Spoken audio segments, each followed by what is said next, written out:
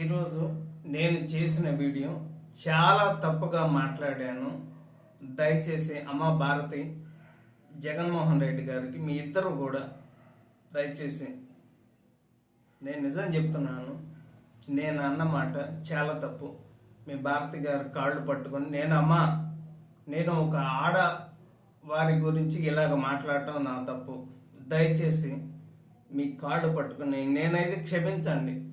నేనైతే క్షణికావేశంలో ఈ మాట అనాల్సి వచ్చింది. క్షమించి దయచేసి నేనైతే ఈరోజు మాట్లాడిన మాటలకి ఒక ఆడవారిని ఇలాగ మాట్లాడిన తర్వాత నేనైతే మాత్రం దయచేసి క్షమించండి ప్లీజ్. నేనైతే ఇంకనైతే వీడియోలు చేయదలుచుకోలేదు. నేను చేసిన పొరపాటు జీవితంలో ఇంకా నేనైతే చేయదలుచుకోలేదు. అమ్మ క్షమించు భారతి గారు, దయచేసి. Hi, welcome to Mahanagar. నేను మనోజ్. విడుదల రజని అరెస్ట్ అవుతారన్న నేపథ్యంలో ఇప్పుడు ప్రభుత్వం ఎలాంటి చర్యలు తీసుకోబోతుంది? లేక డైరెక్ట్గా వీళ్ళు అరెస్ట్ చేస్తా, లేదంటే ఏదో కేసు పెట్టి కొన్నాళ్ళు అలా సస్పెన్స్ కొనసాగించిన తర్వాత పోసాన్ లాగా లేకపోతే ఆర్జీబీ లాగా ఇలాంటి చర్యలు ఉంటాయా, లేదంటే ఇంకొంచెం డిఫరెంట్గా ఉంటాయి? ఎందుకంటే లేడీ కాబట్టి. సో మనతో పాటు ఉన్నారు కామన్ మ్యాన్ కిరణ్ గారు. ఆయన అడిగి మరిన్ని వివరాలు తెలుసుకున్నాం. నమస్కారం అన్న. నమస్తే. ఆమె లేడీ కాదు, కిలాడి. కిలాడి. ఓకే. ఎందుకంటే ఒక చిల్లూరుపేటలోనో, ఒక పసుమర్తిలోనో, లేకపోతే ఒక గుంటూరులోనో చేసిన అరాచకాలు కాదు ఇవన్నీ. ఒక వైద్య శాఖ మంత్రిగా, చిలకలూరిపేట ఎమ్మెల్యేగా, చిల్లూరుపేటలో కావచ్చు, అదేవిధంగా ఎడ్లపాడులో చేసిన ఈ శ్రీ లక్ష్మీ బాలాజీ స్టోన్ క్రషర్ 2,20,00,000. అందులో ఒక 10 లక్షలేమో విడతల గోపి మరిదికి, అలాగే పల్లె జాషువా ఐపీఎస్ అధికారికి. ఇది విజయవాడ ఏసీపీ అధికారులు కేసు ఎఫ్ఐఆర్ నమోదు చేయడం జరిగింది. రీసెంట్గా అరెస్ట్ అవుతారు అన్న విషయం ప్రతి ఒక్క ఛానల్లోనూ, ఫేస్బుక్లో, యూట్యూబ్లో, ఇన్స్టాగ్రామ్లో బాగా నిన్నటి నుంచి వైరల్ అవుతున్నమాట వాస్తవం. మల్లెల రాజేష్ ఒక్కడే 6 కోట్లు ఇచ్చిన తర్వాత ఈ సెటిల్మెంట్ సజ్జల దగ్గర జరిగింది. ఇందులో 3 కోట్ల సెటిల్మెంట్ జరిగింది. తర్వాత 3 కోట్లు నేను రాజకీయాల్లో బిజీగా ఉన్నాను అని చెప్పి తర్వాత కలవలేదు.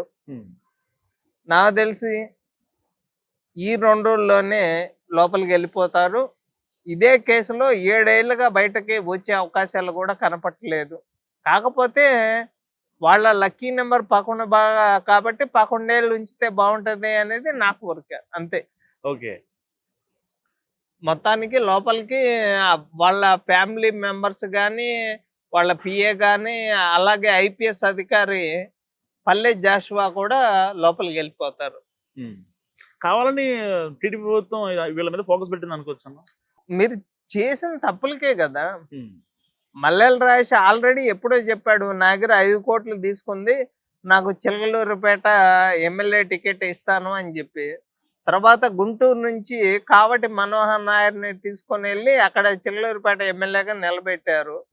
అతను అక్కడ ఓడిపోయాడు, నువ్వు గుంటూరు 2 టౌన్లో ఓడిపోయావు, అది వేరే విషయం.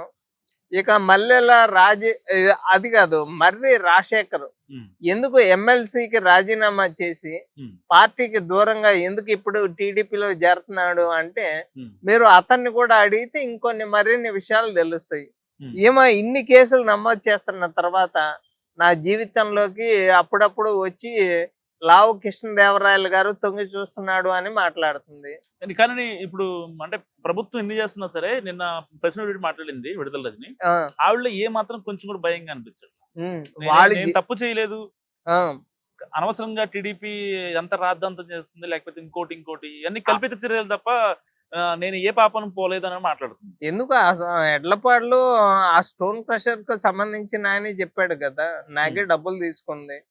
సాక్ష్యాధారాలతో ఏసీబీ అధికారులు ఎఫ్ఐఆర్ నమోదు చేసిన తర్వాత నువ్వు ఎన్ని చెప్పినా నమ్మే పరిస్థితిలో లేదు.